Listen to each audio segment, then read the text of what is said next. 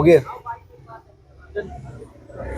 नमस्कार, मेरा नाम है गौरव पाल और आप देख रहे हैं राजपथ भारत। आज बहुत दिनों बाद राजपथ भारत पर मैं हूं और मौका ही कुछ ऐसा है, जिस तरीके से बिहार में विधानसभा चुनाव चल रहा है, वैसा ही एक बड़ा चुनाव देश में इस समय देश की राजधानी दिल्ली में चल रहा है, जेएनयू का चुनाव। जेएनयू का जो चुनाव है वो अपने आप में इतना चर्चित है कि एक और जहां पूरे देश का मीडिया बिहार के विधानसभा चुनाव पर नजर गड़ाए हुए है, तो लोगों की नज़र यहाँ भी है। मेरे साथ तमाम जेएनयू के छात्र यहाँ पर मौजूद हैं, सब लोगों से बात की जाएगी, जाना जाएगा कि चुनाव के मुद्दे क्या हैं, चुनाव का माहौल क्या है, क्योंकि यहीं के छात्र, यहीं के मुद्दे जो हैं वो आगे चलकर देश के मुद्दे तय करते हैं। जी, क्या नाम हुआ आपका? मेरा नाम विश्वजीत मिंजी है और मैं बापसा से हूँ, Birsa Ambedkar fully student association से। और मैं बापसा का पहले वाइस प्रेसिडेंट रह चुका हूँ और अभी मैं एक्टिवली काम कर रहा हूँ। क्या देखते हैं, किस तरीके से देखते हैं? जैसे आज आखिरी रात है, आज बड़ा यहाँ पर क्या नाम है, एक ओपन डिबेट होगा प्रेसिडेंट पद के लिए। कैसे आप देखते हैं, क्या आपका मुद्दा है कि जेएनयू के असल मुद्दे क्या हैं जिस पर चुनाव हो रहा है? एक्चुअली क्या है कि हम देखते हैं इस कैंपस में जिस तरीके से पर्टिकुलरली जो मार्जिनलाइज्ड बैकग्राउंड से जो स्टूडेंट्स आते हैं वो बहुत तरीके का डिस्क्रिमिनेशन फेस करते हैं। जैसे उनको भाई बहनों से में 0 मार्क्स 2 मार्क्स दिया जाता है। उसके साथ साथ हम इस कैंपस में देखते हैं कि सामने जो हॉस्टल है, कावेरी हॉस्टल, उसमें दलित भारत छोड़ो, चमार भारत छोड़ो, इस तरीके का जो रिमार्क्स है, कास्टिस स्लार से वो लिखा जाता है। उसके साथ साथ हम देखते हैं जो सेंट्रल लाइब्रेरी है, वो सेंट्रल लाइब्रेरी का नाम है doctor B R Ambedkar central library. उनके अंदर डेस्क में ये लिखा जाता है कि चमार की मैं बहन, माँ बहन गालियां दी जाती हाँ, है, इस तरह शब्द किया जाता है। मतलब मैं तो ये सोच सकता हूँ कि हम लोग जेएनयू में है, यहाँ पर हम लोग बात करते हैं यहाँ पर कि आगे देश को किस तरीके से चलाना है, किस तरीके से लेकर जाना है, कैसे कास्ट डिस्क्रिमिनेशन को बहुत पीछे छोड़ दिया है, तो यहाँ पे आगे हम फ्यूचरिस्टिक बातें करते हैं। लेकिन आज भी ये चीजें यहाँ पर मौजूद है जैसा आप बता रहे हैं, तो उससे क्या यहाँ पे क्या फर्क पड़ता है, बाहर क्या फर्क पड़ता है? मुझे तो लगता है कि जेएनयू और जो है आपका गांव, इसमें कोई डिफरेंस नहीं है। गांव में भी जिस तरीके से हम लोग मतलब डिस्क्रिमिनेशन फेस करते हैं, इसी तरीके से ये पे स्ट्रक्चरल डिस्क्रिमिनेशन है। तो कहीं ना कहीं मतलब मैं ये सोचता हूँ, मैं ये देखता हूँ इस कैंपस में जो एक अम्बेडकरी तबका है, जो बहुजन विचारधारा को लेके चलता है, जो बुद्धा से लेके बाबा साहेब से लेके मानवर तक, जो एक एंटी कास्ट जो एक मूवमेंट रहा है, उसको हम बढ़ाने की काम कर रहे हैं। और इस कैंपस में जो एक ब्राह्मणवादी ताकत है, जो इस कैंपस को अग्रहारा बनाना चाहता है, उसको हम निस्तनाबूद करना चाहते हैं। और रविदास का जो एक बेगमपुरा का सपना था, एक ऐसा सोसाइटी हो, ऐसा हम लोग ऐसा चाहते हैं कि कैंपस ऐसा कैंपस हो जो जहाँ पे सब लोग एक साथ रहे, नो डिस्क्रिमिनेशन, इक्वालिटी, सब कुछ हम देखने। आजकल आपने जो बात कही कि डिस्क्रिमिनेशन यहाँ पर फेस कर रहे हैं, जी जी। ये कहा जाता है कि अमूमन जो अनपढ़ लोग थे वो कास्ट डिस्क्रिमिनेशन करते थे। जेएनयू में सब लोग पढ़े लिखे लोग हैं, सब लोग एंट्रेंस निकाल कर आए हैं, सब लोग पढ़ लिख कर यहाँ पर आए हैं, तो क्या वो पढ़े लिखे लोग भी यहाँ पर उसी तरीके से डिस्क्रिमिनेशन करते हैं जिस तरीके से अनपढ़ लोग गाँव में किया करते थे? हाँ, जरूर वही करते हैं। अब देखिए इस कैंपस में, अगर इस कैंपस में दलित भारत छोड़ो, चमार भारत छोड़ो जैसे रिमार्क लिखा जाता है, तो कौन लिखता है? कोई तो गांव से आके कोई नहीं लिखा है ना। इस कैंपस का कोई लिखा होगा पढ़ा लिखा, अगर उनको मानते हैं तो। ये जो मेंटालिटी है, वो जितना भी पढ़ा लिखा है वो आप मतलब उसका जो कास्ट कॉन्शियसनेस है, जो कास्ट का जो एक काइंड ऑफ क्या कहते हैं प्रिविलेजनेस जो है, वो छोड़ना नहीं चाहते इस कैंपस में, पर्टिकुलरली जो सर्वेंट बैकग्राउंड से आते हैं। तो सर्वेंट बैकग्राउंड के लोग जो, आपका नाम क्या हुआ? पुष्पेंद्र हुआ।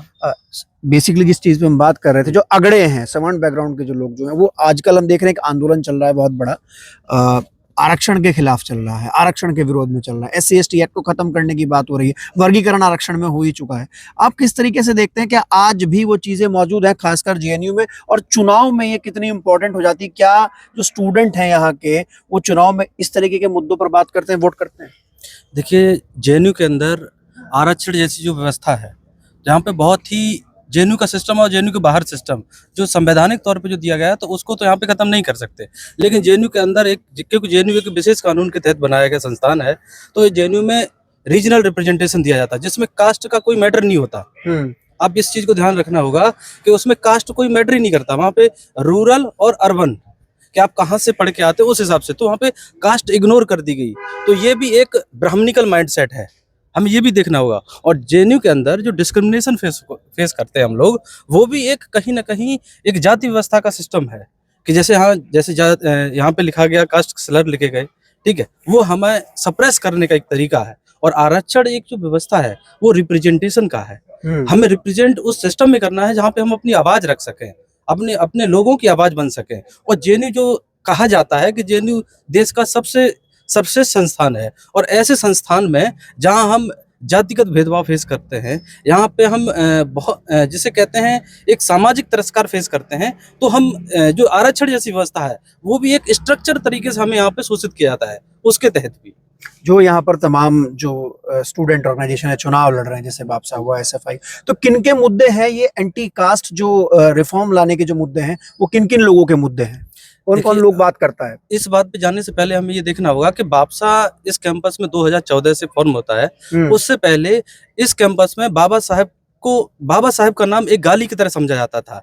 हम इस कैंपस में बाबा साहब का एक कहीं पे भी पोस्टर नहीं लगा सकते थे। यहाँ पे वामपंथ और दक्षिणपंथ दोनों ही बाबा साहब के फोटोज को फाड़ दिया करते थे। हम वामपंथी लोग भी, ठीक है। हम जब एक बापसा इस कैंपस में जब से आया है, तो बापसा ने अम्बेडकराइट पॉलिटिक्स को एक न्यू फ्रेम में यहाँ पे एस्टेब्लिश किया है। और उसके बाद आज इस 10-11 साल के दौरान हम लोगों ने यहाँ पे इतनी लड़ाई की है। आज इस कैंपस में चाहे वो दक्षिणपंथ हो चाहे वामपंथ हो, दोनों बिना बाबा साहेब के नाम के अपनी पॉलिटिक्स को आगे नहीं बढ़ा सकते। मतलब ये तो उस तरीके से हुआ जिस तरीके से 1984-85 के दौर में मान्यवर कांशीराम साहब उत्तर प्रदेश और तमाम प्रदेश देश में एक लड़ाई लड़ रहे थे कि जब बाबा साहब का इतना बड़ा योगदान जो था संविधान निर्माण का, आरक्षण का, लेकिन वो याद नहीं किया जाता था। लेकिन जब मान्यवर कांशीराम साहब और बहन जी जो है वो सत्ता में आई, तो उन्होंने सबसे पहला एक सामाजिक परिवर्तन ये किया कि बाबा साहब अम्बेडकर जो थे वो सेंटर बन गए हर चीज का, और गांव देहातों में उनकी मूर्तियां लगने लगी, बहुजन महापुरुषों को याद किया जाने लगा। मतलब जो काम बसपा ने किया वही काम बापसा ने जेएनयू में किया। आप ऐसा कह सकते हैं,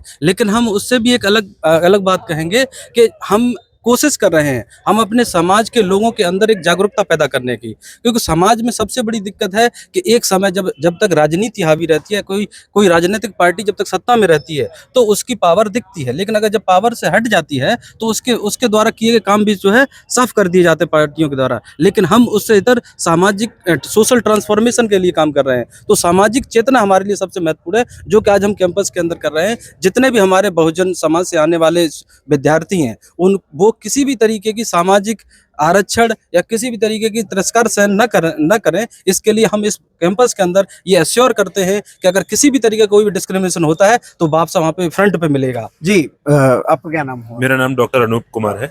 आप किस तरीके से देखते हैं जो चुनाव है जेएनयू का और जो एंटी कास्ट चीजें हैं? एबीवीपी पिछली बार यहाँ पर एक बताते हैं कि एक सेंध लगाने में कामयाब हुई और एबीवीपी का एक तरीके से एंट्री हुई, और देखा गया कि जेएनयू के कैंपस में आरएसएस की शाखाएं भी लगी।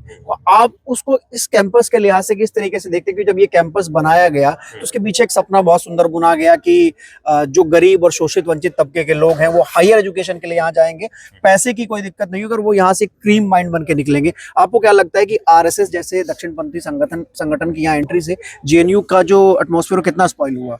देखिए, सबसे पहले तो जैसे आप सवाल भी पूछ भी रहे थे कि एक दो बातें समझना जरूरी है इस पूरे जेएनयू की पूरी यात्रा को।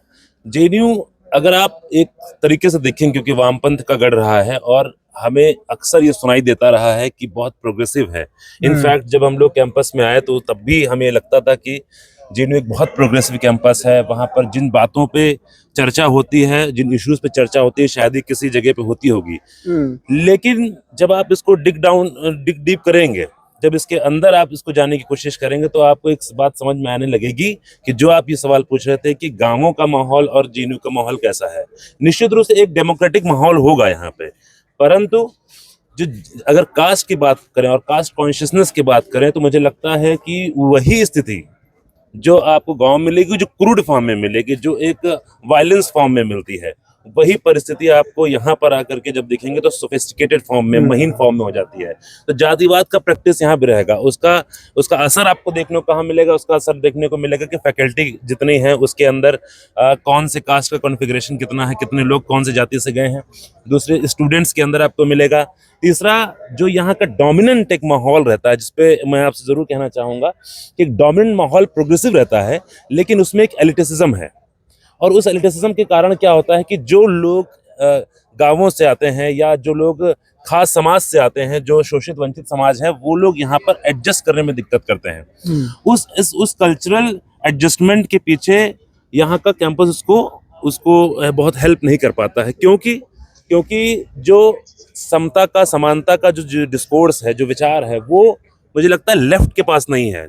हालांकि बहुत क्रांतिकारी सुनने में लगता है, लेकिन उसके बाद जो बहुजन डिस्कोर्स एक है, जो बाबा साहब का डिस्कोर्स है, जो जैसा बाकी हमारे साथी कह रहे थे, वो विचारधारा जब आती है तो वो विचारधारा तोड़ने का काम करती है। वो सामाजिक न्याय की, अभी सर से मेरी बात हो रही थी, कासिम सर से, तो उस पे सामाजिक न्याय की बात नहीं करते, सामाजिक परिवर्तन की बात करते। और जब आप परिवर्तन की बात करेंगे तो खलबली होना मचना शुरू मेरा हो सवाल जाएगी। यही और रहेगा आपसे हाँ कि सामाजिक न्याय जी और जी सामाजिक परिवर्तन, हाँ देश में जो सियासत होती है, जी एक बड़ा जी तबका राजनीतिक दलों का वो है जो हाँ सामाजिक न्याय की बात करता हाँ है। हाँ कुछ ही दल ऐसे हैं जो सामाजिक परिवर्तन जी की जी बात जी करते हैं। ये न्याय और परिवर्तन के बीच की जो एक महीन लकीर है, जी जी। इससे कितना असर पड़ता है और ये कितनी इंपॉर्टेंट है? देखिए, सामाजिक न्याय की बात सारे लोग करते नजर आएंगे। हाँ, चाहे मतलब अगर देश के दलों की बात की जाए तो कांग्रेस हो गया, बाकी दल हो गए, सारे के सारे, और भारतीय जनता पार्टी भी बात करेगी कि एक सामाजिक न्याय होना चाहिए। और सामाजिक जब हम न्याय से जोड़ते हैं, हमें लगता है कि न्याय हो रहा है तो ठीक है, बहुत बढ़िया, जस्टिस की बात हो रही है। लेकिन मुझे लगता है कि बहुजन डिस्कोर्स और बहुजन समाज पार्टी का डिस्कोर्स जो देश में है, वो सामाजिक परिवर्तन का है। और जब सामाजिक परिवर्तन होता है तो सत्ता के अंदर भागीदारी होती है। और अगर आप सामाजिक न्याय की है तो कोई सत्ता में कोई राजा रहेगा, और वो राजा जो है ताकि कहीं ऐसा ना हो कि क्रांति हो जाए, उसके लिए थोड़ी थोड़ी थोड़ा थोड़ा वो चीजें बांटता रहेगा, और वो भी कुछ लोगों को। तो वो होता है सामाजिक न्याय। और सामाजिक न्याय से वो दलाल पैदा होते हैं, दलालों को पैदा किया जाता है, और उनको धीरे धीरे अपने समाज के अंदर जो परिवर्तन होने चाहिए उनको रोकने का काम भी वो लोग करते हैं।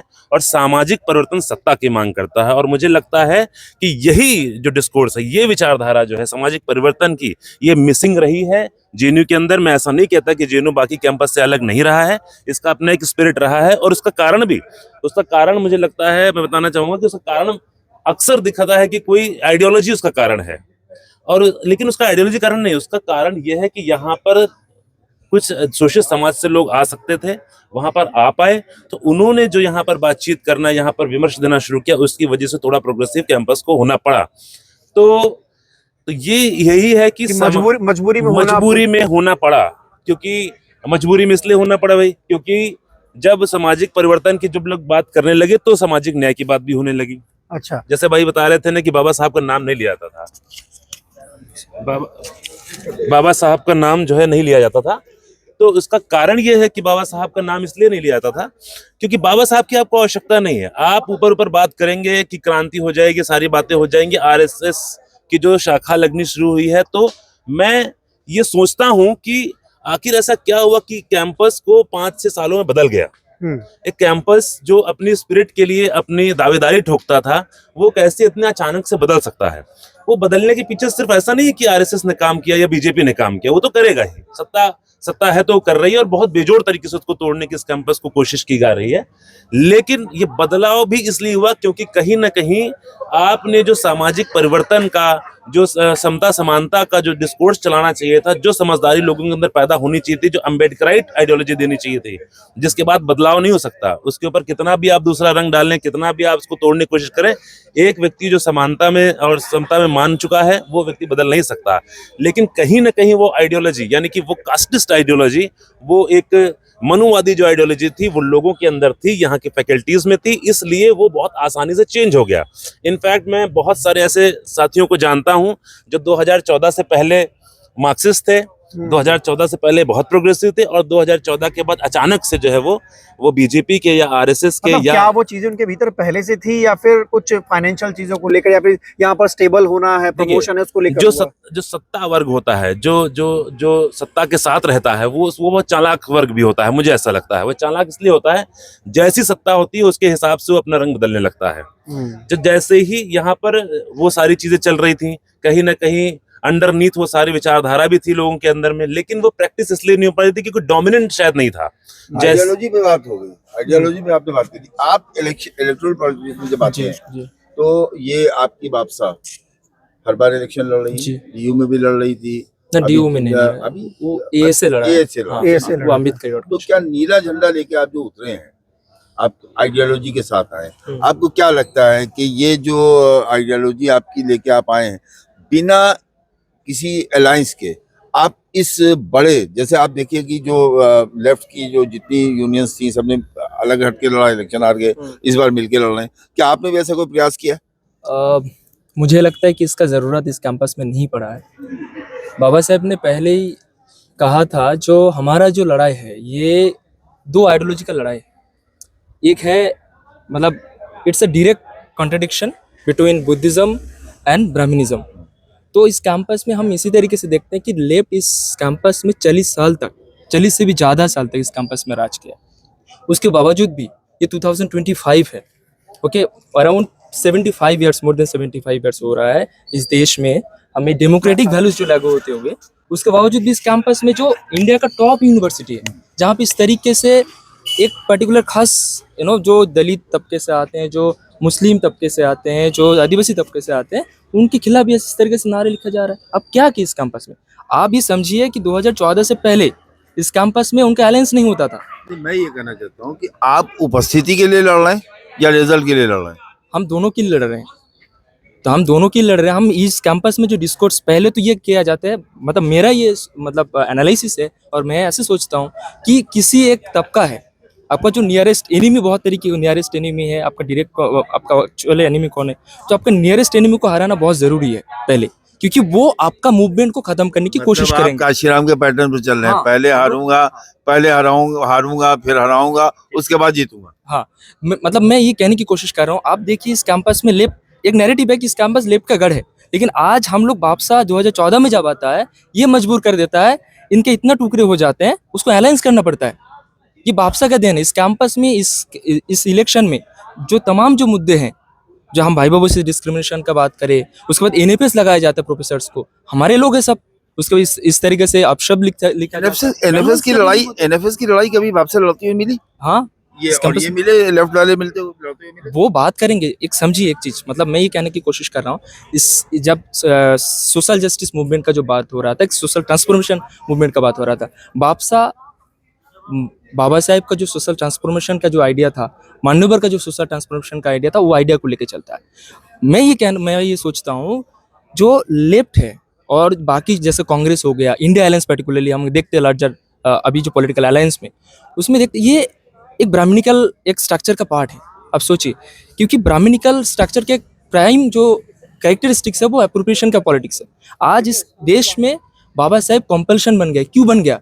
क्योंकि मान्यवर साहब ने उसके लिए काम किया था, बहुजन मूवमेंट ने उसको काम किया था। आज बाबा साहेब बिना पॉलिटिक्स नहीं हो सकता है। इस कैंपस में हम देखते हैं जय भीम जो एक स्लोगन है, हमारे जो एक एजिटेशन का एक नारा है, उसको पहले गाली समझते थे। बाबा साहब को बुर्जिस्ट बोलते थे ये लोग, लेकिन आज पहले लाल सलाम से पहले जय भीम लगता है, जय भीम लाल सलाम लगाते हैं। तो आपको ये जो तरीका है ना, आपको गुमराह करने के मतलब किया जाता है। मैं जैसे जिस इलाका से आता हूँ, बंगाल से आता हूँ, उसी जगह से लेफ्ट के गढ़ रहा है, 35 ईयर से रूल रहा है।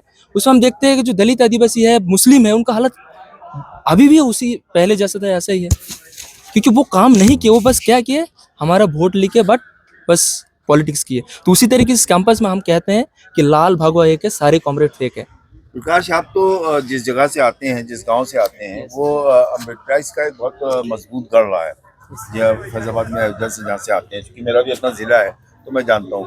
आपको क्या लगता है, जो राजनीति आपके घर वाले आपको बताते थे, आपके फादर बताते थे, जो काशीराम ने शुरू की थी, वो होती हुई दिखाई दे रही है आपको कैंपस में बापसा के द्वारा? देखिए सर, सबसे पहले यहाँ पे ये हमें क्लियर बताना होगा, खासकर बापसा तो एक मूवमेंट को लेके चल रहा है, एक लग रहा है कि कैंपस में खड़ा है कि भाई एक दलित पॉलिटिक्स या एक दलित मूवमेंट है, बहुजन मूवमेंट, इसके लिए बापसा तैयार है, लड़ रहा है और लड़ेगा।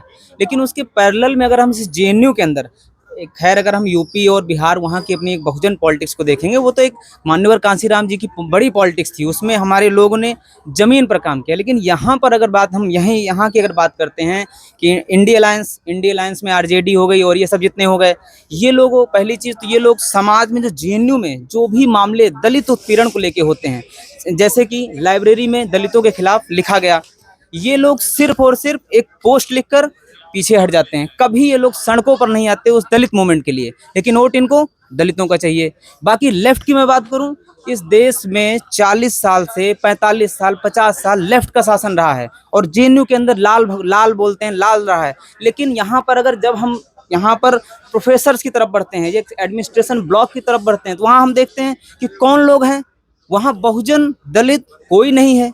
वहाँ सिर्फ और सिर्फ केरला और वेस्ट बंगाल के लोग बैठे हैं। तो क्या ये सामाजिक न्याय है? ये सामाजिक न्याय थोड़ी है।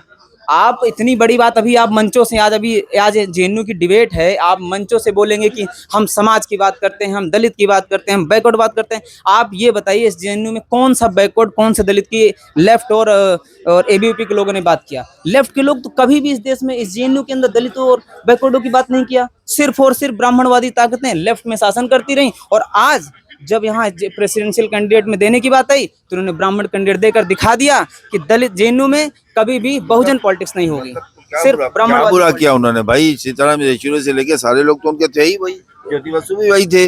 आज अगर हो तो आप वो तो वही कर रहे हैं जो उनके पूर्वज ने भी किया है। वो आप देखिए, उनके पूर्वज ने किया क्योंकि उनकी वो पार्टी है, वो उस तरीके से काम कर रहे हैं। लेकिन अगर आज पूरे देश में दलित एक बहुजन मूवमेंट की बात हो रही है, पूरे देश में लोग चर्चा कर रहे हैं कि दलितों के ऊपर उत्पीड़न हो रहा है, और इंडिया अलायंस जो इस पूरे देश में, मैं उसको इंडिया अलायंस कभी नहीं कहता, मैं उसको इंडिया अलायंस बोलता हूँ। और इस देश में दो प्रकार की मीडिया है, मैं उस मीडिया को बोलता हूँ, एक गोदी मीडिया, दूसरी इंडी गोदी मीडिया, दोनों मीडिया है। और ये क्या कर रही, जब देश में दलितों के ऊपर उत्पीड़न हो रहा है, आप एक 2024 का पूरा चुनाव आप दलित मूवमेंट पे लड़ते हो, और जब देश में दलित और जेएनयू में दलितों के ऊपर अत्याचार हो रहा है तो आप उस पर बात नहीं करते हो। आप उस पर सिर्फ एक पर्चा निकालकर पीछे अपना चल्ला झाड़ लेते हो, और आप कहते हो कि हम लड़ने आए हैं चुनाव। आप सोनू साहब, आपको क्या लगता है, आप रास्ता रोक देंगे इस बार इन लोगों का, लेफ्ट वालों का?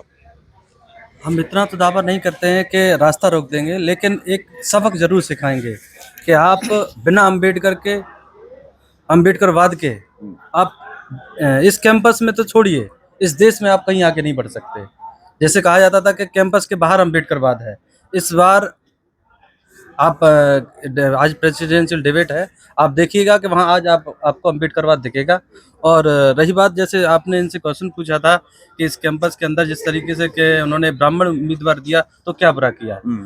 मैं भाई उनकी तो आइडियोलॉजी है, ज्योति बसु हाँ, से लेके मैं- येचुरी मैं- से लेके मैं- सारे लोग मैं- ब्राह्मण है। आप ना समझिए बात हाँ, बिल्कुल बिल्कुल। मैं सिर्फ एक बात कहना चाहता हूँ इस क्लैरिटी के लिए कि जो ब्राह्मणिकल सिस्टम है वो सिर्फ पावर के लिए जीता है। वो उसको पावर चाहे कांग्रेस में मिले, पावर चाहे किसी भी पार्टी में मिले, कोई भी पार्टी में, कोई भी का मतलब देश के अंदर किसी भी पार्टी की बात कर रहा हूँ, ब्राह्मण जहाँ पे भी रहेगा वो पावर के लिए जिएगा। उसको आइडियोलॉजी के साथ वो भी अपने आप को मैनिपुलेट कर लेगा। तो सेम इस कैंपस के अंदर है कि जो लेफ्ट है वो लेफ्ट भी हमेशा पावर के लिए जिया है। तो जो यहाँ पे जैसे जेएनयू के अंदर बता रहे हैं, अभी हाल की रिपोर्ट है तो approx 120 plus professor, assistant professor के जो है 123 प्रोफेसर्स को एनएफएस लगा करके नॉट फाउंड सुटेबल लगा करके उनको उनका प्रमोशन रोक दिया गया। वो लोग कौन थे? वो थे जो हमारे बहुजन समाज से आते थे, कल को वो हमारी आवाज बनते, हमारे बहुजन स्टूडेंट्स को सपोर्ट करते, ठीक है, बट उन्होंने एनएफएस लगा के उसको प्रमोशन से रोक दिया। बाबा साहब को सबसे पहले बंगाल से भेजा गया संविधान सभा में, और संविधान सभा में बाबा साहब को भेजा गया, लेकिन उसके बावजूद बंगाल में कब्जा कभी बाबा साहब वालों का नहीं हुआ। हुआ कहाँ? उत्तर प्रदेश में। और जहाँ वह पैदा हुए वहाँ भी नहीं हुआ, जहाँ से संविधान सभा में गए वहाँ भी नहीं हुआ, जहाँ से चुनाव लड़े वहाँ भी नहीं हुआ, उत्तर प्रदेश से हुआ। ये दो लोग उत्तर प्रदेश के खड़े हैं, आप बंगाल से हैं, और ये भी उत्तर प्रदेश से तीसरे भी खड़े हो। आपको क्या लगता है कि उत्तर प्रदेश और बंगाल का जो ये सामंजस्य है, बाबा साहब अम्बेडकर जहाँ से लोग पहली बार संविधान सभा में गए थे वो हिस्सा पाकिस्तान में दे दिया गया, वो एक अलग इशू, लंबी बहस है, लेकिन इतना कैसे पीछे रह गया बंगाल, जबकि बंगाल में तो शेड्यूल कास्ट की आबादी ठीक ठाक है? मुझे लगता है कि पहले तो मतलब हाँ, बंगाल के लोगों ने बाबा साहब को जिस तरीके से सपोर्ट किया था उस टाइम पे, जोगेंद्रनाथ मंडल पर्टिकुलरली, महाप्राण जोगेंद्रनाथ मंडल ने, उसके बाद हम देखते हैं किस तरीके से जो है, पर्टिकुलरली मैं ये कहना चाहूँगा कि जो बंगाल का जो दलित आदिवासी पर्टिकुलर जो मार्जिनल सेक्शन से आते हैं उनका कास्ट कॉन्शियसनेस नहीं है, उनको मतलब काइंड ऑफ एक क्लास स्ट्रगल में बदल दिया गया है। जैसे लेफ्ट पर्टिकुलर, उसमें लेफ्ट जो एक 35 ईयर्स तक रूल किया है, उसका बहुत बड़ा रूल है। वो कहता था कि बंगाल में कास्ट बोल के कुछ नहीं है, there is caste, there is no caste in Bengal, there is class. Okay, हाँ, जब ये आया था ओबीसी रिजर्वेशन, मंडल कमीशन का रिकमेंडेशन आया था, तो हम ये भी देखना पड़ेगा जे कि किस तरीके से उनको एक्सप्लॉइट किया जा रहा है। वो जो वहाँ का जो अपर कास्ट है, पर्टिकुलर जो सवर्ण है, उनके अंदर वो कॉन्शियसनेस है लेकिन हमारे अंदर नहीं।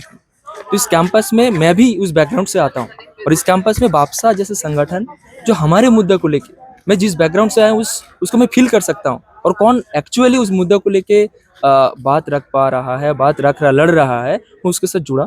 और अभी हम कैंपस में क्या कर रहे हैं कि जैसे इस कैंपस में बहुत जगह का स्टूडेंट्स आते हैं, केरला से आते हैं, बंगाल से आते हैं, उत्तर प्रदेश से, हर कोने से आते हैं। तो हम कोशिश करते हैं अपने बैकग्राउंड से, पर्टिकुलर मार्जिनलाइज बैकग्राउंड से जो स्टूडेंट्स आते हैं, हम उनको इंटेलेक्चुअल बहुजन समाज के एक इंटेलेक्चुअल बनाना चाहते हैं। मैं हर समय कहता हूँ, सबको ये एग्जांपल देता हूँ कि आपका बॉडी है, आपका समाज, मान लीजिए आपका पूरा बॉडी है, आपका ब्रेन अगर नहीं काम करेगा तो आपको बॉडी इतना बड़ा रहने का कोई फायदा नहीं है।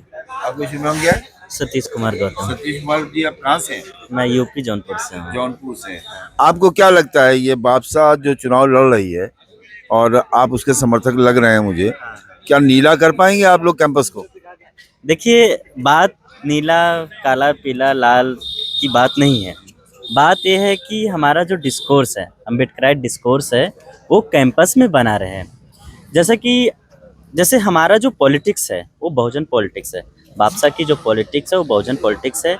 नाम ही शुरुआत होता है बिरसा अम्बेडकर फूले स्टूडेंट एसोसिएशन, जो कि सारे SC ST OBC सारे हमारे आइकन हैं। तो यहाँ पे हम जो हमारा डिस्कोर्स है, लाइक कि हमारे साथी ने बहुत सारी चीज़ें मेंशन किया है कि जिस तरीके से ये कैंपस में जिस तरीके की पॉलिटिक्स होती थी, 15 नवंबर जिस दिन धरती आबा बिरसा मुंडा का बर्थ एनिवर्सरी है, 15 नवंबर 2014 में हमारा बापसा का फाउंडेशन डे, उस दिन बापसा बना। उसके पहले जो यहाँ पे जो डिस्कोर्स रहा है, लेफ्ट या चाहे राइट हो, हम कहते हैं कि लाल भगवा एक है, सारे कॉमरेड फेक है ना, तो जो लेफ्ट राइट का डिस्कोर्स है उसको हमने कहीं ना कहीं खत्म करने में कहीं ना कहीं हमने सफलता प्राप्त की है, वो चाहे जिस तरीके का रहा हो। तो जब हमारा बापसा बना उस टाइम पे, तो हमारे जो फाउंडिंग मेंबर थे, जब वो इस कैंपस में निकलते थे, पर्चा पोस्टर चिपकाते थे, रीडिंग सर्कल चलाते थे, तो ये लोग सोचते थे कि जो लेफ्ट राइट में जो अपर कास्ट इलिट जो अपर कास्ट पर पड़े हुए हैं, उससे सोचते थे कि ये इतना अच्छा पर्चा क्यों लिख लेते हैं, इतनी अच्छी इंग्लिश क्यों बोल लेते हैं। उनको एक अंदर से अलग जलन आती थी। इवन हमारे जो आइकन है, जो आइकन यानी जो आइकन बुद्धा से मानवर साहब तक जो हमारे आइकन है, हमने उस आइकन को हिस्टोरिकली निकाला और उनके थ्रू पूरे कैंपस में हमने कम से कम 1500 पोस्टर चिपकाए हैं पूरे बहुजन आइकन को। जैसे जोगेंद्र नाथ मंडल को कोई नहीं जानता था, इवन आप बाबू जगदेव राम हो गए, इवन इधर जगदेव प्रसाद हो गए, और बहुत सारे जो हमारे बाबू मंगू राम हो गए, उसके बाद मानवर साहब माता दीन भंगी हो गए। मानवर साहब के साथ एक काम किए थे, उन्होंने याद नहीं आ रहा, दीनानाथ भंगी हो गए। तो हमने बहुत सारे आइकन को हिस्टोरिकली निकाला और इस पूरे कैंपस में डिस्कोर्स लाया। आज वही चाहे लेफ्ट हो चाहे राइट हो, उसी जो हमारी बापसा की पॉलिटिक्स है उसको उसने क्या किया, अप्रोप्रिएट कर लिया है। और कहीं ना कहीं हमारा जो डिस्कोर्स है, इवन हमारे साथी ने बताया कि ये लोग बोलते हैं कि जय भीम लाल सलाम, पहले ये जय भीम बोलते ही नहीं थे। बाबा साहब को, इवन बाबा साहब क्या है, बाबा साहब आज इतना अप्रोप्रिएट कर लिए हैं, कहीं ना कहीं मुझे लगता है कि इन्होंने हमारे जितने भी बहुजन आइकन है सबको अप्रोप्रिएट कर लिए एक्सेप्ट मान्यवर कांसीराम। इसीलिए हमारी जो आइडियोलॉजी है वो कहीं ना कहीं पूरी तरीके से मान्यवर कांसीराम की आइडियोलॉजी है। हमें पता है कि जो हमारे बहुजन आइकन है सबको इन्होंने अप्रोप्रिएट कर लिया, लेकिन इन्होंने मान्यवर कांसीराम को अप्रोप्रिएट नहीं किया। इसीलिए हम वहाँ से हम डिफ्रेंशिएट कर पाते हैं कि अगर हम मान्यवर साहब की पॉलिटिक्स करते हैं तो कहीं ना कहीं हमारा डिफ्रेंशिएट हो जाता है। और ये मान्यवर साहब को कभी भी अप्रोप्रिएट नहीं करेंगे, लेकिन कहीं ना कहीं एक GBM हुआ था CHS में, मैं भी वहाँ था, किसी ने शायद गलती से या बाई मिस्टेक में मान्यवर कांसीराम के नारे लगा दिए थे, वो लेफ्ट के लोग थे, अब पता नहीं वो शायद बाई मिस्टेक लगाए, लेकिन मुझे जहाँ तक लगता है कि कांसीराम को अप्रोप्रिएट नहीं करेंगे, जो कि हमारा वहाँ से डिफरेंस स्टार्ट। मेरे पास एक, मैं JNU पहुंचा उससे पहले एक इनपुट ये आया कि आप लोगों का एक कोई संगठन है, उससे आपका बापसा का कोई अलायंस है, इंटरनल या एक्सटर्नल, कोई इस टाइप का, जो मुस्लिम कम्युनिटी से बिलोंग करता है, इस टाइप से? नहीं, इस पर तो हम लोग का कोई अलायंस नहीं है। हाँ। लेकिन हम लोग 2018 या 19 को हम लोग एक अलायंस किए थे, फैटर्निटी के साथ एक बार अलायंस किए थे। तो वो आपका अभी साथ में है? हाँ, इस कैंपस में तमाम बापसा तमाम कम्युनिटी को, जो मार्जिनलाइज हो, दलित हो, आदिवासी हो, मुस्लिम हो, क्वेयर हो, वुमेन हो, पीडब्ल्यूडी हो, तमाम तरीके के जो वल्नरेबल सेक्शन से आते हैं सबको लेके चलता है। ये फेटर्निटी क्या है बेसिकली? फैटर्निटी मुझे जहाँ तक पता है कि वो मुस्लिम कम्युनिटी जो एक उनका जो इश्यूज़ है, उनका जो एक स्ट्रगल रहा है, जिस तरीके से वो इस देश में जिस तरीके से उनके ऊपर अटैक हो रहा है, उनको एक सेकेंडरी सिटीजन बनाने की कोशिश किया जा रहा है, उनको उसके खिलाफ एक मतलब लड़ रहे हैं। तो फेटर्निटी के थ्रू मतलब डीएम को मजबूत करने की एक शुरुआत क्या कहते हैं जेएनयू कर रहा है? ये मैं नहीं कह सकते कि मजबूत कर रहा है, लेकिन मैं बापसा का ऑफकोर्स मैं कह सकता हूँ इस कैंपस में कि बापसा इस कैंपस में वो एक ऑपरेस यूनिटी जो है, ऑपरेस यूनिटी बनाने की कोशिश कर रहा है, उसको मजबूत करने की कोशिश कर रहा है। जैसे इसमें क्या है कि आपने बात किया अलायंस का, तो जैसे हमारा जब बापसा का फ्रेटर्निटी के साथ अलायंस हुआ था 2017 में, हमारी प्रेसिडेंट पोस्ट के लिए शबाना अली लड़ी थी। तो लोग हमारे ऊपर सवाल करते हैं कि आपने रिप्रेजेंटेशन कहाँ दिया। हमने सबसे ज़्यादा रिप्रेजेंटेशन दिया, वो चाहे दलित हो, आदिवासी हो, LGBTQ हो, चाहे वो मुस्लिम माइनॉरिटी में कोई भी हो, सबको हमने रिप्रेजेंटेशन दिया। हमारे ऑर्गेनाइजेशन में सबका रिप्रेजेंटेशन। और रही बात अलायंस की, तो हमारा अलायंस हुआ है और होता रहेगा और फ्यूचर में भी होगा पॉसिबिलिटी के साथ। और रही इसमें ये चीज़ें हैं कि हमारे जो बहुजन आइकन्स थे, नेचुरल अलायंस हमारा था। आप देखे होंगे कि शायद 19 के पहले फातिमा शेख और सावित्री माई फुले हिस्टोरिकली अलायंस था। तो हम ये डिनाई नहीं कर सकते कि हमारा अलायंस नहीं है। आपके पैनल में कौन कौन लड़ा उसका नाम बताएं जरा। मैं एक अलायंस पे थोड़ा एक चीज ऐड करना चाहूँगा। एक्चुअली ये बापसा का अलायंस नहीं है। बापसा यहाँ पे हर एक कम्युनिटी को जो मार्जिनल सेक्शन से आती है, उनको अपनी एक इंडिविजुअल वॉइस देती है। तो वो इंडिविजुअल वॉइस का रिप्रेजेंटेशन है। मतलब आप उनकी वॉइस को अपने में समाहित करते हुए आगे बढ़ाने का प्रयास कर रहे हैं। हम समाहित भी नहीं करते, हम उनको एक प्लेटफॉर्म देते हैं कि आप अपनी आवाज हमारे प्लेटफॉर्म से उठाएं, हम आपके साथ हैं। हाँ, आप अपनी आवाज खुद बने। यहाँ हर समाज, कोई किसी का यहाँ रिप्रेजेंटेटिव नहीं होगा। बापसा का ये एक तरह से ये कहना है कि जो भी समाज शोषित है, वो शोषित समाज ही अपनी आवाज को रखेगा, उसका कोई रिप्रेजेंटेटिव नहीं होगा। जिस तरीके से इस कैंपस के अंदर जो लास्ट के 40 साल से ज़्यादा लेफ्ट हमारा रिप्रेजेंटेशन करता आया था और हमारा कोई भला नहीं किया। और बापसा ये कभी नहीं ऐसा करना चाहेगा। बापसा हमेशा ये कहता है जो भी शोषित समाज है वो अपनी आवाज़ खुद रखेगा। आपके पैनल के नाम बताइए कि ये लाइव जा रहा है। हाँ, इसमें हमारे पैनल में प्रेसिडेंट के लिए राजरतन राजौरिया है, प्रेसिडेंट के लिए, और जनरल सेक्रेटरी के लिए शोएब खान। ये रजौरिया कहाँ से हैं? वो मध्य प्रदेश से, वो मध्य प्रदेश है। खान कहाँ से? यूपी से है। तो मैं बस एक चीज़ मैं कहना चाहूँगा, अभी जो डिबेट चल रहा था लीडरशिप के बारे में, तो मुझे ये याद आ रहा था, माननीय साहब ने ये कहा था कि कभी भी ऑपरेस्ड का जो मूवमेंट चलेगा, जो आप ऑपरेस्ट सेक्शन से भी मूवमेंट चलाएंगे इस ब्राह्मणिकल स्ट्रक्चर के खिलाफ, उसमें अपर कास्ट जो है उसमें भी कुछ तबका होंगे जो सिंपैथाइज कर सकते हैं, हमारे साथ आ सकते हैं। लेकिन एक चीज़ उन्होंने बहुत अच्छी बात कही है, वो है कि जो लीडरशिप है वो हमेशा से वो उन ऑपरेस कम्युनिटी के पास ही रहेगी। अगर इस कैंपस में अगर ये बात करते हैं कि हम तमाम ऑपरेस सेक्शंस को रिप्रेजेंट करते हैं और तमाम ऑपरेस सेक्शंस की लड़ रहे हैं, तो एक अपर कास्ट को क्यों दिया? क्वेश्चन यही है कि मैं पूछना चाहता हूँ कि इस कैंपस में जो अपने तबके से जो आते हैं, ऑपरेस सेक्शन से जो आते हैं, जो लेफ्ट में काम कर रहे हैं, जो ABP में काम कर रहे हैं, उनको क्यों नहीं सीट दिया गया? ये सबसे बड़ा मोरल क्वेश्चन उनके ऊपर पूछना चाहता हूँ। ये इशू बहुत बड़ा हो चुका है जेएनयू का कि यहाँ पर जब जो आपका वो तबका है जिसे कमज़ोर तबका कहा जाता है, शोषित तबका कहा जाता है, दबा कुचला समाज कहा जाता है, SC ST OBC माइनॉरिटी का समाज कहा जाता है, उसकी जगह पर उस समाज के व्यक्ति को अध्यक्ष पद का प्रत्याशी बनाया है लेफ्ट ने, जो हमेशा से सबल रहा है, कम से कम बंगाल से लेके और जेएनयू तक तो वो दिखाई देता है। तो ये बातचीत आपको कैसी लगी कमेंट करके ज़रूर बताइएगा। बने रहिए राजपूत के साथ। धन्यवाद।